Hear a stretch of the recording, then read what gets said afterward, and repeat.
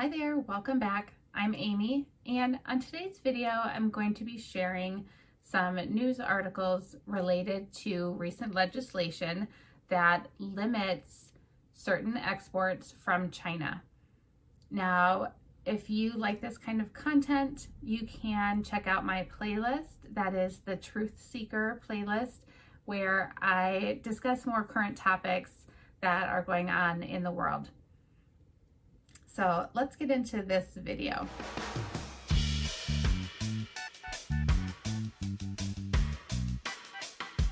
I shared on my social media some components of being more self-sufficient, to be able to thrive despite the world around you and to enjoy your own personal freedom and liberty. In this article that was from Al Jazeera, Biden signs a law banning goods made in China's Xinjiang region.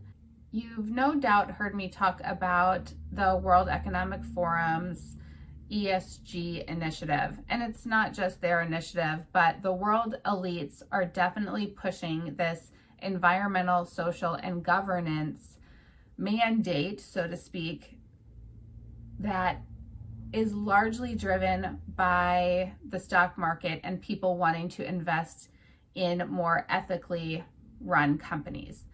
It's a whole separate video, but I feel like this concept that's going on ties into the social component because it is dealing with forced labor of the Uyghur Muslims in China.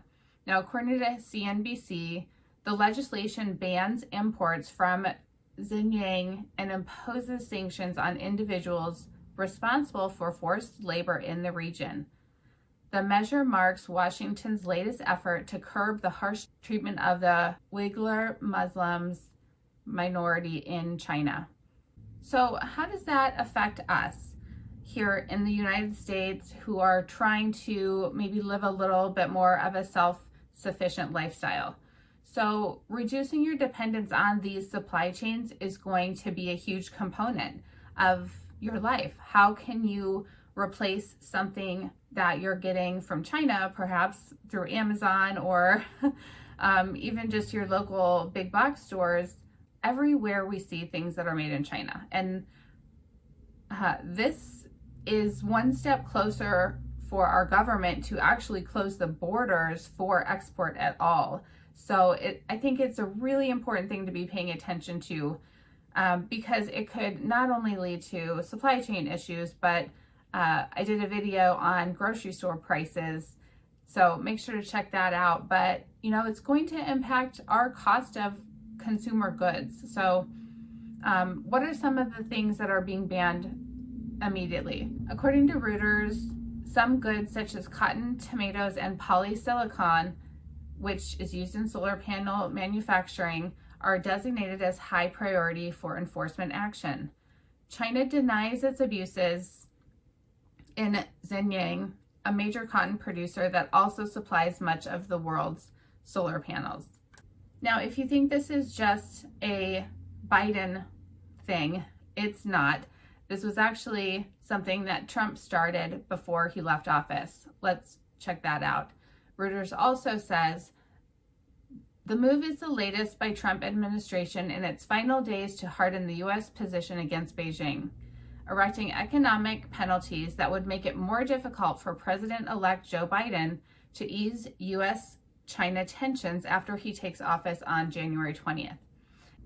The one thing that I feel is so important about this is that the supply chains in the world are being manipulated by these puppeteers, and it's impacting us on a very personal level because it's hitting our pocketbooks.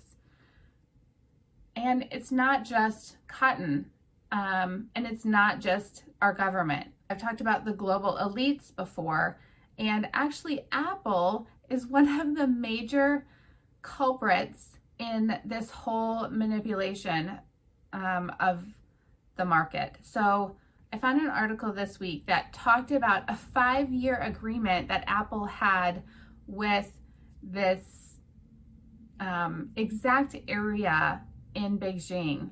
So let's look at that from the information. Cook, Apple CEO, forged the 5-year agreement, which hasn't been previously reported, during the first of a series of in-person visits he made to the country in 2016 to quash a sudden burst of regulatory actions against Apple's business, according to internal Apple documents viewed by The Information. So basically, these restrictions that the government is now placing on China officially, that was signed on December 23rd, 2021, conveniently comes at the end of a 5-year agreement between Apple and the Chinese government. So, like, guys, it just shows you how lobbying and government and money being involved is just corrupting everything, and it's really wrecking the world economy. And we're feeling it personally. So, in closing, I want to talk about China's reaction to all of this, which came out this week from The Times, which is a UK publication.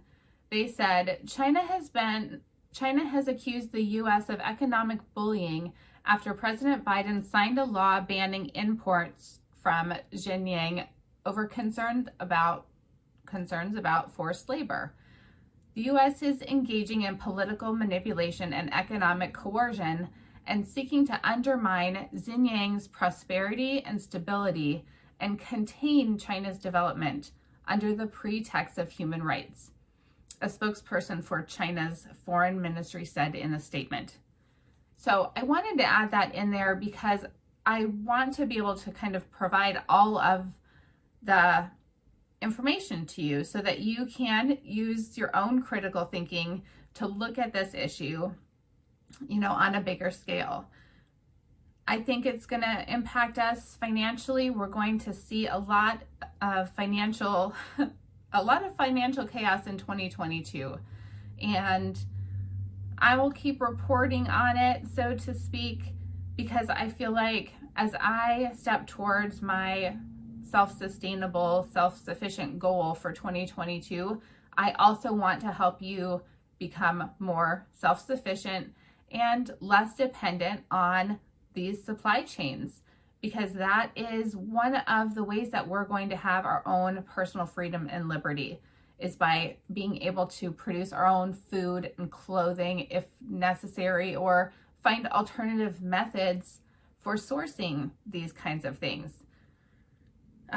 There's nothing that would hit Amazon in the knees, more than people stopping our insane consumption of everything that they're selling from China.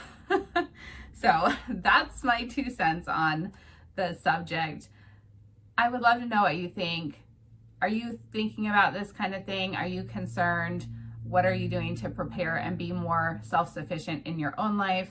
Leave some comments below. I really appreciate it. Thanks so much for joining me. Subscribe to the channel and share it. And I will catch you on the next video. Bye for now.